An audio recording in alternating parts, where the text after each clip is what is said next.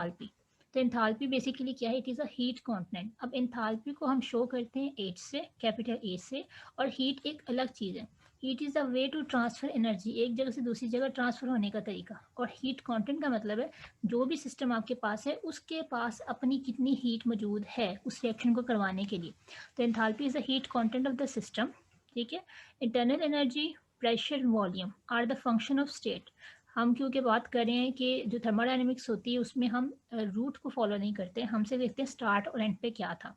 तो enthalpy basically it is equal to the internal energy and the pressure volume work, ठीक है। हम ये कहते हैं H is equal to E plus P W. लेकिन एक चीज़ का ख्याल ये रखना है कि जो आपके पास एंथैल्पी होती है, क्योंकि एनर्जी जो है आपके पास इंटरनल एनर्जी कैपिटल E एक स्टेट फंक्शन है। स्टेट फंक्शन का मतलब है इसकी एग्जैक्ट वैल्यू हम मेजर नहीं कर सकते, ठीक। प्रेशर वॉल्यूम वर्क में हम क्या करते हैं, हम कहते हैं कि जब आप हीट सप्लाई करते हैं तो प्रेशर बार बार नहीं बदलता, आपका वॉल्यूम चेंज होता है। तो volume is also a state function. That is why इधर आपके पास लिखा हुआ है कि energy, pressure, volume are the function of state. तो इसका मतलब ये सारा स्टेट फंक्शन है, तो एच भी क्या हो जाएगा, it is also state function. Paper में क्वेश्चन आ सकता है कि डेल्टा एच की वैल्यू को हम स्टेट फंक्शन ही क्यों कहते हैं, because it can not be measure exactly absolutely value, ठीक है। तो आप यहाँ पे देख रहे हो आपके पास क्या है, इंथैल्पी चेंज यहाँ पे पॉजिटिव आ रहा है, तो इसका मतलब हीट जो है वो सिस्टम को प्रोवाइड की जा रही, हीट उसे दी जा रही। तो यहाँ पे delta H is equal to Q P है। ये क्वेश्चन है, शॉर्ट क्वेश्चन, कि आप प्रूव करके दिखाओ। जैसे हमने पिछला प्रूफ किया कि डेल्टा ई बराबर होता है क्यू वी के, तो डेल्टा एच क्यू पी के बराबर किस टाइम होता है। तो इसके लिए शॉर्ट सी डेरिवेशन है जो हम अभी देखेंगे, ये बुक में सॉल्व नहीं है, तो ये आपने सॉल्व कर लेनी है उसके साथ। तो इसकी इक्वेशन है कुछ इस तरह से कि हमने प्रूव करना है delta H is equal to Q P. We have to prove it, हमने इसे प्रूव करना है। तो उसके लिए सबसे पहले देखो, हम यहाँ लेफ्ट साइड पे क्या फैक्टर लिखा हुआ है, डेल्टा एच लिखा हुआ है। Delta mean there is a difference from final minus initial. Final में से इनिशियल की वैल्यू को माइनस करना है, H two minus H one हो जाएगा, ठीक। तो यहाँ पे H one minus H two minus H one जो है, तो एच की वैल्यू असल में क्या है, enthalpy is equal to the internal energy plus pressure volume. तो हमें पता है अगर मैं वन के लिए इनिशियल स्टार्ट कंडीशन लेते हैं तो H one is equal to E one plus P V one.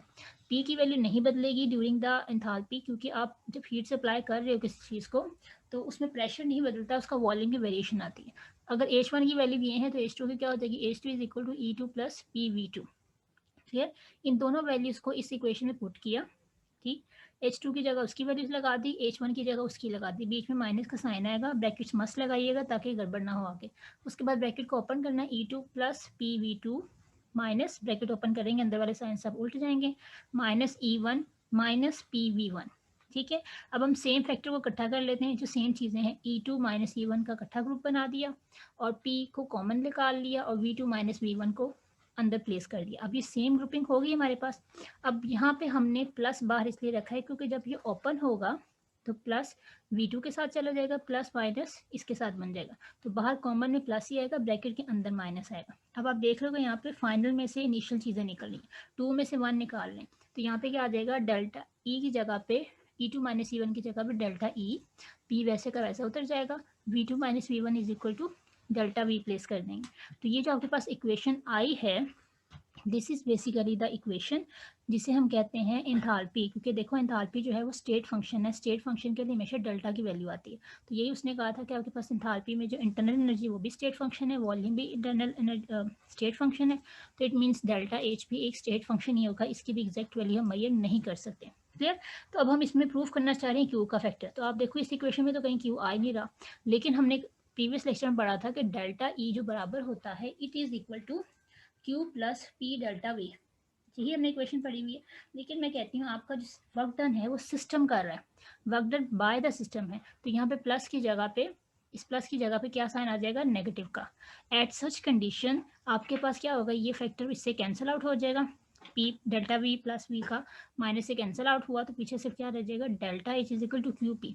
अब यहाँ में मैंने पी ही क्यों लिखा, क्योंकि मैं स्टार्ट में कह चुकी हूँ कि मैं यहाँ पे प्रेशर को चेंज नहीं कर रही, प्रेशर मेरा कॉन्स्टेंट आ रहा है, तभी पी के साथ 1 2 नहीं लिखा गया। तो इस पे हम प्रूव कर सकते हैं H is equal to Q P, ठीक। इसके बाद इसमें इंथैल्पी का एक क्वेश्चन और बनता है कि आपसे देखो आपकी इंथैल्पी की इक्वेशन में क्या इक्वेशन है, डेल्टा एच डेल्टा ई। क्या आप ये कह सकते कोई ऐसा पॉइंट आए जिसमें डेल्टा एच और डेल्टा ई जाके कहीं बराबर हो जाए, कोई ऐसा पॉइंट आ सकता है? तो आप फ़ौरन दोगे ये तभी बराबर हो सकते हैं जब यहाँ से ये वाला फैक्टर ख़त्म हो जाए, change in pressure volume change 0 हो जाए। तो हम फ़ौरन से कहते हैं कि ये कौन से फेज़ होंगे, कौन सा मैटर होगा या कौन सा स्टेट ऑफ कंडीशंस है सब्सटेंस की जिसमें जाके डेल्टा एच बराबर हो जाए डेल्टा ई के। तो उसमें आपके पास एक ही कंडीशन आती है जिसमें सॉलिड और लिक्विड कहते हैं।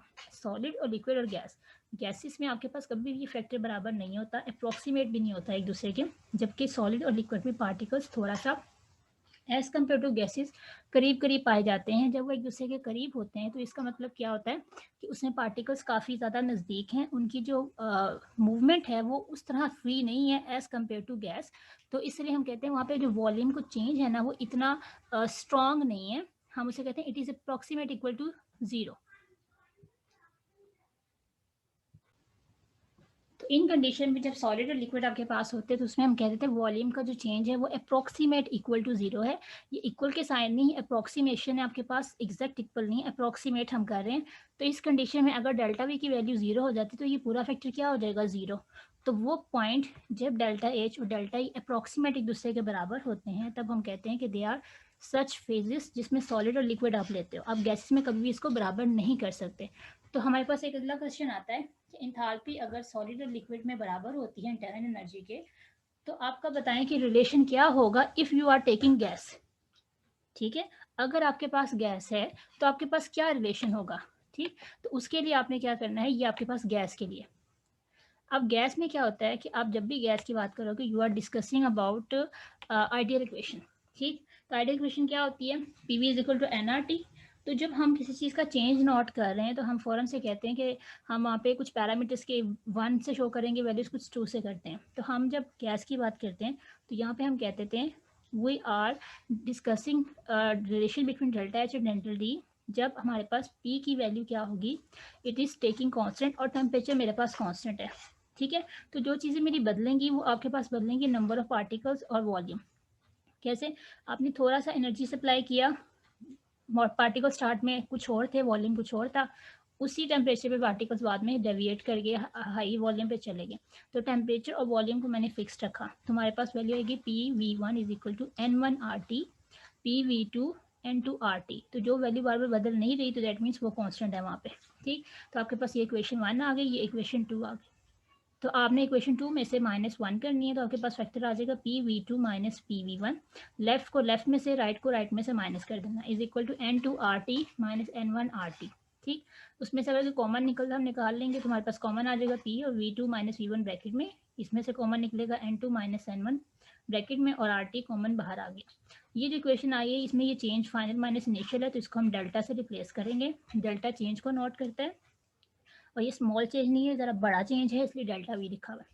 ठीक है, तो P delta V is equal to delta N R T, इसको मैंने क्वेश्चन नंबर 3 का नाम दे दिया। हमने रिलेशन किस में निकालना था, हमने रिलेशन निकालना है डेल्टा एच और डेल्टा ई में, लेकिन मुझे इस इक्वेशन में अभी तक कुछ नज़र तो आ नहीं रहा इस तरह का। तो फिर हम क्या करते हैं, जो आपके पास इंथाल्पी की जो एक्चुअल इक्वेशन है delta H is equal to delta E plus P delta V, तो इसमें जो फैक्टर पी डेल्टा वी है इसको रिप्लेस कर देते डेल्टा एन आर टी।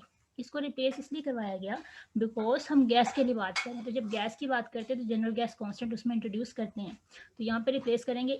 ये भी एक मॉडिफाई फॉर्म है एंथैल्पी की। अगर आपसे कहा जाता है कि drive the relation between heat at constant pressure and constant volume, तो वो रिलेशन आपके पास क्या है कि ये जो हमने पिछले प्रूफ किए हैं delta is equal to Q P, इस इक्वेशन के थ्रू कि हीट के बराबर होता है at constant pressure, delta E बराबर होता है हीट के तब जब कांस्टेंट वॉल्यूम होता है, और एनआरटी, तो ये भी एक इक्वेशन की फॉर्म आ गई। क्लियर, तो ये एंथैल्पी के कुछ वैल्यूज हैं, कुछ केसेस हैं जो आपके इसमें डिस्कस करने हैं। उसके बाद आपके पास एक क्वेश्चन आता है कि एंथैल्पी आपके पास हीट कंटेंट है किसी भी रिएक्शन का, तो एंथैल्पी डेल्टा एच है जिसमें भी पॉजिटिव और नेगेटिव। पॉजिटिव कब होती है, जब आपका रिएक्शन एंडोथर्मिक होता है। एंडोथर्मिक मीन्स जब सराउंडिंग से हीट उसके अंदर जाती है। फॉर एग्जांपल अगर स्टार्ट में मेरे रिएक्शन में मैंने आपको कहा कि मेरे पास हीट कंटेंट जो एनर्जी थी वो 50 थी और जब आखिर में प्रोडक्ट बना तो उसकी एनर्जी 100 होगी, तो इसने एनर्जी गेन की है। जब एनर्जी गेन करता है कोई चीज़ उसे हम पॉजिटिव कहते हैं। इसका मतलब H2 यानी प्रोडक्ट की वैल्यू ग्रेटर थी H1 से। इन कंडीशन में इस रिएक्शन को एंडोथर्मिक रिएक्शंस कहते हैं। अगर आपके पास वैल्यू स्टार्ट में 100 थी और बाद में 50 हो गई, तो ऐसे रिएक्शन जिसमें एनर्जी बाद में कम हो जाती है वो ये शो करते हैं वो एनर्जी जो कम हुई वो तो रिलीज हो गई, रिलीज होकर सराउंडिंग में चली गई, उसको हम नेगेटिव से शो करते हैं, उसको हम एक्सोथर्मिक रिएक्शंस कहते हैं। क्लियर? तो ये आपके पास जो टॉपिक्स हैं ये बेसिकली आपका कुछ क्वेश्चन थे जो बुक में मार्क नहीं है, तो आपने इसको यहाँ से कर लेना है। यहाँ पे आपके पास डेरिवेशन डायरेक्ट दी गई है। क्लियर? उसके बाद एक छोटा सा टॉपिक है कि सिग्निफिकेंस है कि एंथैल्पी की इंपॉर्टेंस क्या है। ठीक है, एंथैल्पी की इंपॉर्टेंस ये है कि आपके पास अमाउंट बताती है, एग्जैक्ट डेफिनेट अमाउंट जो किसी भी सिस्टम में मौजूद होती है। ठीक है, उस जिसको हम इंटरनल एनर्जी कहते हैं। क्लियर? तो ये आपके पास बेसिकली कंटेंट ऑफ सिस्टम कहते हैं या एंथैल्पी ऑफ सिस्टम कहते हैं, ये एक ही बात है। दूसरा, हम इसकी कभी भी एग्जैक्ट वैल्यू मेजर नहीं करते, we always measure the enthalpy change. तो अक्सर जगह पे जहाँ एंथैल्पी लिखा होता है हम कभी भी ई से शो या एच से शो नहीं करते, हमेशा हम डेल्टा एच लगाते हैं। ठीक है?